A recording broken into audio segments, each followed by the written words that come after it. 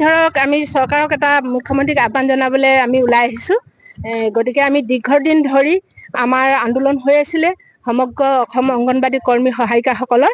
কিন্তু এতিয়া মাথো আমি যি আন্দোলনৰ আমাৰ বিভাগীয় সঞ্চালক মহোদয়ে যিটো প্ৰস্তাৱ আমাৰ চৰকাৰলৈ প্ৰেৰণ কৰিছিলে, সেই প্ৰস্তাৱ মতে কোনো কাম কৰি নিদিলে।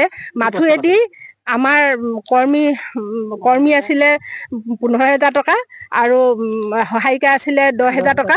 গতিকে এইটো মাথো আমি দাবী কৰিছিলোঁ, সেই দাবী মতে আমাৰ কাম চৰকাৰে কৰি দিয়া নাই। গতিকে আমি পুনৰ মুখ্যমন্ত্ৰী মহোদয়ক জনাওঁ যে আমাৰ ইমান সামান্য দীৰ্ঘদিন আন্দোলন কৰাৰ পিছত আমাৰ মাথো এটি সামান্য মাননি আগবঢ়াইছে।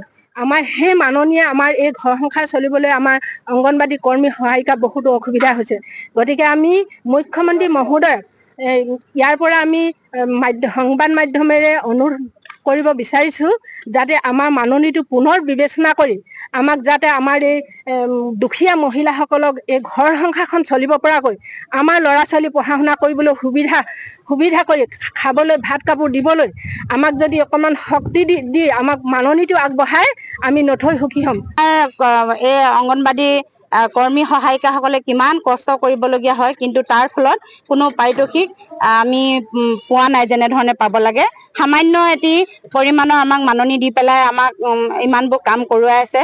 যদিও আমি আজি বহুদিনৰ পৰা ধৰি আন্দোলন কৰি থকা হৈছিল, এই আন্দোলনত তেওঁলোকে অসম চৰকাৰে আমাক সকাহ দিছিল যে আপোনালোকৰ পাৰিতোষিক বা আপোনালোকৰ মাননি আমি বৃদ্ধি কৰি দিয়া হ'ব। কিন্তু অতি ৰহস্যজনক ধৰণে আজি অলপ দিনত কেবিনেটত আমাৰ মানে মুখ্যমন্ত্ৰী মহোদয়ে কয় যে আমাৰ কৰ্মীসকলক 1500 টকা আৰু সহায়িকাসকলক 750 টকাকৈ বঢ়াই দিয়া হৈছে। কিন্তু এই সামান্যতম পৰিমাণৰ পাৰিতোষিকে বা মাননিয়ে আমাৰ সংসাৰখন চলিবলৈ একেবাৰে আমি অপাৰগ। এটা গঁৰালত সোমাই পেলাই আমি চিঞৰি আছিলোঁ, কিন্তু আমাৰ দুখ নুবুজিলে, কেৱল আমাক খেদিলে। কিন্তু সেই টকাটো নিদিলে বৰঞ্চ আকৌ তাৰ পৰা 500-250 টকা কমাইহে আমাক এতিয়া 1 অক্টোবৰৰ পৰা দিম বুলি আমাক মন ভালেই লগাইছে।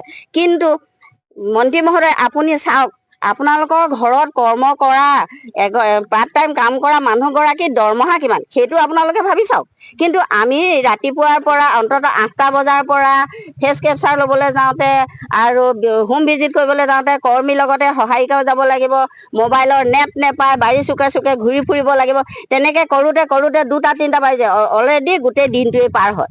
কিন্তু গোটেই দিনটো পাৰ হোৱাৰ ফলত আমি পাওঁ কিমান 8,000 আৰু 4,000 টকা, 1500 আৰু 750 টকা বঢ়াই তেখেতসকলে আমাক মানে কণা ধানক পতান ধান যাচিছে। আমাক মন ভালেই লাগে।